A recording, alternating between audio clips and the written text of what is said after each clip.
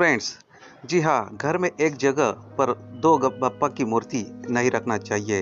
यह अशुभ मानते हैं। वास्तुशास्त्र माने तो इससे ऊर्जा का आपस में टकराव होता है, जो अशुभ फल देता है।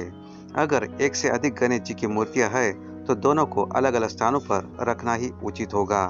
बिना जाने कोई मूर्ति कहीं भी न रखे।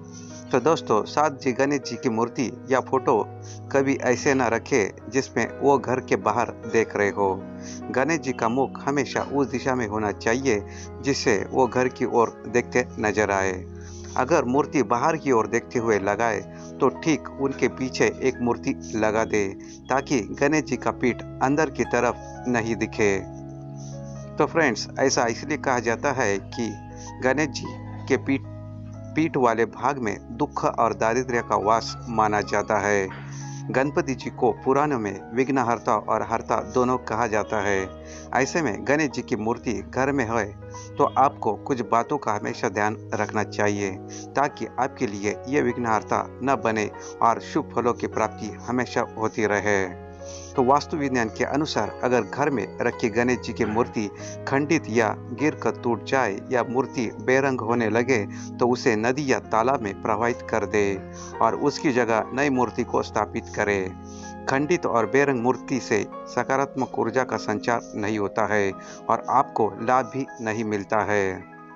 तो फ्रेंड्स, घर में गणेश जी की बाई और सूंड वाली मूर्ति रखना अधिक मंगलकारी माना गया है, क्योंकि इनकी पूजा से जल्दी ही फल की प्राप्ति होती है।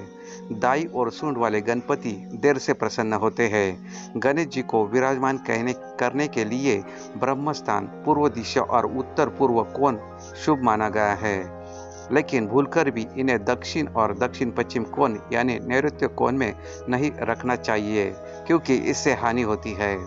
वास्तुशास्त्र भारतीय शास्त्रों में से एक शास्त्र है जिसकी जड़ें प्राचीन काल से ही भारत में मौजूद है।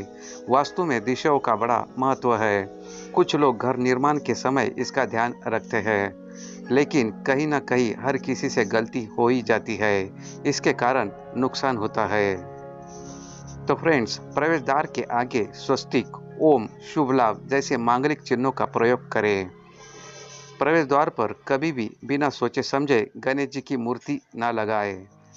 विवाह पत्रिका कभी भूलकर भी न फाड़े, क्योंकि इससे व्यक्ति का गुरु और मंगल का दोष लग जाता है। विघ्नहर्ता गणपति जी की मूर्ति स्थापित करते समय दिन, दिशा, स्थान आदि बातों का ख्याल रखना चाहिए।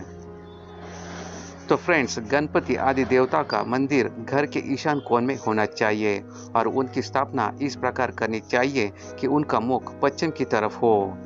यदि साधक को इष्ट देवता गणपति जी है तो उसकी स्थापना मध्य में करके ईशान कोण में, विष्णु की अग्नि कोण में शंकर जी की स्थापना करनी चाहिए। मंदिर में मात्र एक देवता की मूर्ति रखना निषेध है। व्यक्ति यदि अपने कामनाओं की सफलता चाहता है तो उसे मंदिर में कई देवताओं को रखना चाहिए, लेकिन एक भगवान की कई मूर्तियां नहीं होनी चाहिए। तो फ्रेंड्स, गणेश जी के सूंड को लेकर भी कई लोगों में भ्रम है। उनकी सूंड किस दिशा में होनी चाहिए? हमारा बाएं हाथ की ऊर्जा को ग्रहण करके हमारे शरीर में विपरीत करता है। इसी कारण मुख्य द्वार पर गणेश जी की मूर्ति लगाए जिसकी सूंड उनके बाएं तरफ हो। गणेश जी पर पीले रंग का फूल चढ़ाना भी रिवाज है, जिसका एकमात्र कारण है कि घर के मध्य भाग का पृथ्वी तत्व होना है।